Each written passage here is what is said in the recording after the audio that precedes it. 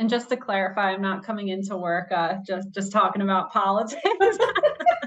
But of course, I'm sure everyone would love that. But yeah, totally, and how it aligns with our marketing strategy and how we're looking at 2024. So I think one of the biggest things that we try to remind any business that we're working with, whether it's automotive or not, is your audience's attention is drastically kind of diluted across multiple spaces, especially being in this very aggressive political season.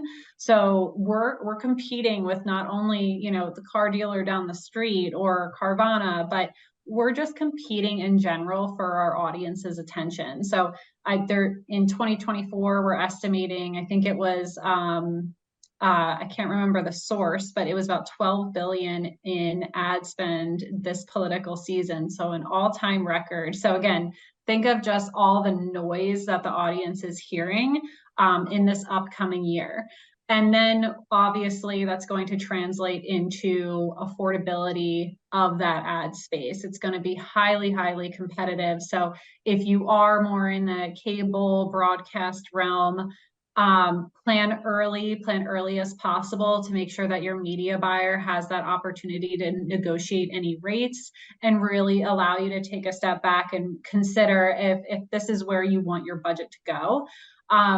As a local kind of focus, I always still lean into connected TV, online video, simply because of the highly qualified input metrics and targeting that we can focus on. So when I want to get the biggest bang for my budget, I want to focus on zip code. I want to focus on behavioral, demographic information, which obviously you can't do with more of that traditional advertising. Again, not writing it off, but it's something just to really step back and consider.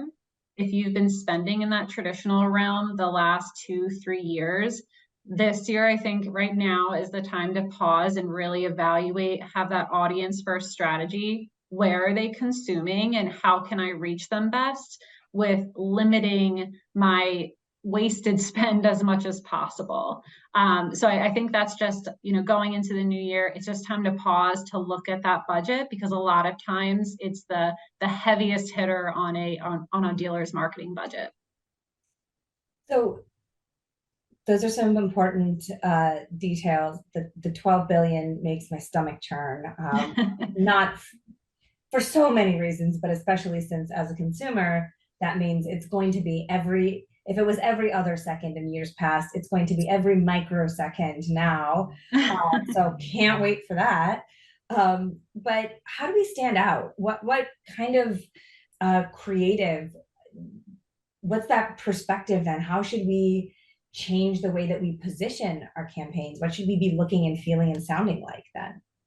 Yeah, that's a great question, because I think we really need to consider where our ad could be placed, which is most likely sandwiched between, you know, multiple political ads. And having, not that that should influence what our voice and tone and creative strategy is, but it's just something to be aware of. And it's more of the question of, okay, if this is what it sounds like and this is what it looks like, how am I breaking through that clutter? So how am I taking a drastically different approach to really stand out in that type of, you know, typically very negative tone? If you listen to just, again, that the tone of voice used in political ads, how do we kind of pick that up?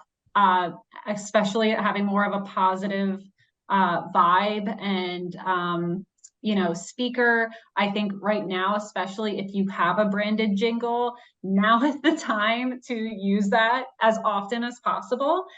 Because as you know, all the political ads, majority of them, I would be impressed if there were some political jingles, but that's really, I think, how you're going to cut through the clutter, is that the sound, like really listening to how is your ad branded. So if someone's stepping away from the TV or they're looking away, they know that that's your dealership. And then also visually, how are you really differentiating yourself, not just, again, from the other dealers, but just from what the media looks like that you're going to be most likely sandwiched between.